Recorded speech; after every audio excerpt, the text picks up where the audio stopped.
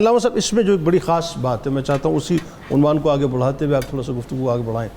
کہ آپ دیکھیے وفاؤں کا کیسا سلسلہ ہے کہ امام علی مقام جو ہے وہ یہ فرما رہے ہیں کہ تم میں سے جو جانا چاہے چراغ بجھا دیے گا، جو جانا چاہے چلا جائے، کسی کا مواخذہ نہیں، اللہ سب کو جزا دے، میں بیعت بھی ختم کرتا ہوں، نہ میں کسی بلکہ بروز محشر جو تمہارے لیے سفارش بھی کروں گا۔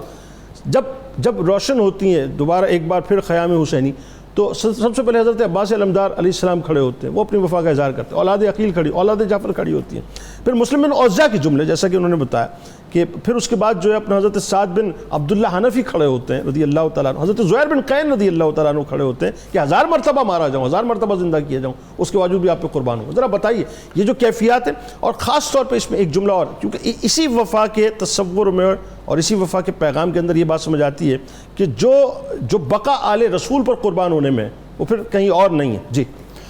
بسم اللہ الرحمن الرحیم۔ آج جس موضوع کو ہم ڈسکس کر رہے ہیں، بلکہ موضوعات کو ڈسکس کر رہے ہیں،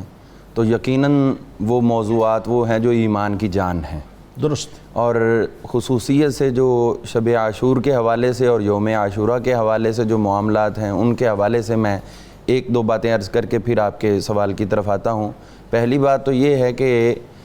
جو کل کا دن مطلب آج غروب آفتاب کے ساتھ ہی شروع ہو جائے گا، ہمیں یہ رات کوشش کرنی چاہیے کہ ہم بھی اسی طرح گزاریں جس طرح حضرت امام علی مقام نے خود گزاری۔ سبحان اللہ، بہت اچھی بات۔ تو یہ ایک سنت کا پہلو بھی ہے اور اپنائیت کا پہلو بھی ہے۔ اور دوسری بات یہ ہے کہ چونکہ اس دن زمانہ اظہار نبوت سے قبل بھی لوگ جو تھے وہ روزہ رکھتے تھے، اور بیت اللہ کا طواف، بیت اللہ کا غلاف تبدیل کیا جاتا تھا اس دن، اور لوگ روزہ رکھتے تھے، تو حضور صلی اللہ علیہ وسلم بھی روزہ رکھتے رہے، اور جب یہ رمضان کے روزے فرض ہوئے تو پھر آپ نے فرمایا جو چاہے رکھے جو چاہے چھوڑ دے۔ لیکن اب اس کے ساتھ ساتھ کچھ جو ہمارے فرائض ہیں ان میں یہ ہے کہ جو حضور صلی اللہ علیہ وسلم نے ارشاد فرمایا کہ جو یوم عاشور کو اپنے اہل و عیال پر کھانے پینے کی وسعت کرے، رزق کی وسعت کرے، تو اللہ تعالیٰ اس کے لیے سال بھر رزق کی کفایت فرما دیتا ہے۔ تو ہمیں اس میں یہ بھی ایک پہلو اور شامل کر لینا چاہیے۔ نمبر ایک تو وسعت کریں، نمبر دو ہم یہ نیت کر لیں کہ ہم آج اپنے بچوں کو جو کھلا رہے ہیں وہ امام علی مقام کو ثواب پیش کرنے کے لیے کھلا رہے ہیں۔ تو یہ چیزیں جو ہیں ان کی طرف اور ایک بات عرض کر کے میں چونکہ سوشل میڈیا پہ مجھے دیکھنے کا اتفاق ہوا ہے تو اس بات کی طرف جائیں گے کہ کل کا دن جو ہے جنہوں نے روزہ رکھا سو روزہ رکھا، جو روزہ نہیں رکھ سکے ان کو چاہیے کہ پانی پینے پلانے کا اہتمام کریں، تاکہ ہم جو حضور صلی اللہ علیہ وسلم نے یہ روزہ رکھنے میں فرمایا تھا کہ یہودیوں کی مشابہت نہ رہے، تو اس لیے وہ خوشی مناتے ہیں تم روزہ رکھو، تو ہم یہ کہتے ہیں پانی پینے پلائیں تاکہ یزیدیوں کی مشابہت نہ رہے۔ درست۔ تو لہٰذا اس عمل کو اختیار کرنا ہے۔ اب ہم دیکھتے ہیں کہ یہ وفاؤں کا سلسلہ، حضرت امام علی مقام امام حسین پاک رضی اللہ تعالیٰ کی شہادت تو حضور صلی اللہ علیہ وسلم کے اس اعلان کے ساتھ ہی متحقق ہو چکی تھی جو آپ نے بشارت کی صورت میں عطا کی، لیکن وقت کے تعین کا سلسلہ باقی تھا۔ تو اب وہ وقت آ گیا جب یہ رات آئی تو یہ یقین ہو گیا کہ حضور علیہ السلام کی شہادت کی بشارت جو ہے وہ صبح ہر حال میں پوری ہو جائے گی۔ اب جب رات کا یہ سلسلہ ہے، اب آپ خود سوچئے جب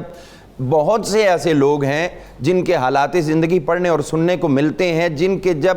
کسی جگہ پہ ان کو تختہ دار پہ چڑھایا جاتا ہے تو بہت سوں کو اٹیک ہو جاتے ہیں، بہت سے لوگ جو ہیں وہ اپنے پاؤں پہ چل کے نہیں جا سکتے، ان کو اپنی شہادتوں کا یقین ہے، لیکن اس کے ساتھ ساتھ باوجود دیکھیے کہ یہ نہیں کہا جس طرح کچھ لوگوں نے حضرت عیسیٰ کی طرف منسوب کر دیا نعوذ باللہ کہ وہ تختہ دار پہ جانے کے کہنے لگے ایلی ایلی مجھے چھوڑ دیا، مجھے تو نے چھوڑ دیا، شکوہ کرنا نہیں، بلکہ یہ اللہ کی عبادت کر کے اس کو مزید راضی کرنے کی کوشش فرما رہے ہیں۔ جب یہ رات آئی ہے،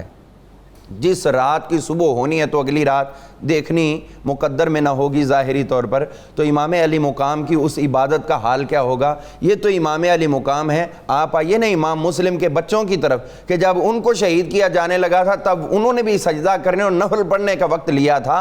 تو جب چھوٹے چھوٹے اس خاندان کے بچوں کے اندر اپنے آخری وقت میں بھی اللہ کی عبادت کا اتنا ذوق اور شوق ہے تو خود امام علی مقام اور آپ کے ساتھ رہنے والے ہمتن ان ہستیوں کے دلوں میں کیا ہوگا؟ جہاں تک آپ نے یہ ذکر کیا کہ ان کے حوالے سے جو وفاؤں کی بات ہے، تو حضرت عبداللہ بن جعفر رضی اللہ عنہ جو حضرت اون محمد کے والد محترم تھے، ان کو ان کے غلام نے ذکر کیا تھا اپنی محبت دکھانے کے لیے کہ حسین کے ساتھ جا کے ہمارے حضرت جعفر کے پوتے تھے نا اونو محمد. جی اونو محمد پوتے تو عبداللہ بن جعفر، ان کے والد محترم عبداللہ بن جعفر. ٹھیک. تو وہ کہنے لگا کہ یہ ساری مصیبت ہم پہ حسین کے ساتھ جانے کی وجہ سے پڑی، یہ بچے نہ جاتے تو بچ جاتے. یہ تو آپ، وہ دور کھڑا تھا، آپ نے جوتا اتار کے زور سے پھینکا اس کی طرف، فرمایا ذلیل تو ایسی باتیں کر رہا ہے، سن اگر کربلا میں بھی ساتھ ہوتا تو میں بھی اپنے بچوں کی طرح شہید ہو جاتا. اللہ. تو یہ وفاؤں کا ایک سلسلہ ہے. وہ رات جب گزری ہے، امام علی مقام امام حسین پاک رضی اللہ عنہ جو راوی بیان کرتے ہیں کہ ہم کسی بھی خیمے کے پاس سے گئے، کسی خیمے سے ذکر اللہ کی آواز آ رہی ہے، کسی خیمے سے قرآن پاک پڑھنے کی آواز آ رہی ہے، کسی خیمے کے اندر کوئی نوافل ادا کرنے میں مصروف ہے، کوئی دعائیں کرنے میں مصروف ہے. اور اس عبادت کا لطف کیا ہوگا کہ جو عبادت زندگی کی آخری عبادت سمجھ کر کی جائے. اور جنید صاحب یہاں پر ایک حدیث پاک بھی میں ٹچ دینا چاہوں گا جو حضور علیہ السلام نے فرمایا جس کو باوضو حالت میں موت آئے تو وہ شہادت کی موت ہے. تو یہ تو ہستیاں اس حالت میں ہیں کہ جو وضو بھی ان کی استحارت میں قربان ہوتا ہے. حضرت سیدنا امام علی مقام امام حسین پاک رضی اللہ تعالیٰ، وہ ٹائم آیا جب صبح کا، تو اپنے شہزادے علی اکبر سے فرمایا بیٹا آج اذان پڑھ کے سنا دو، یہ کربلا کی دھرتی تمہاری گواہ بن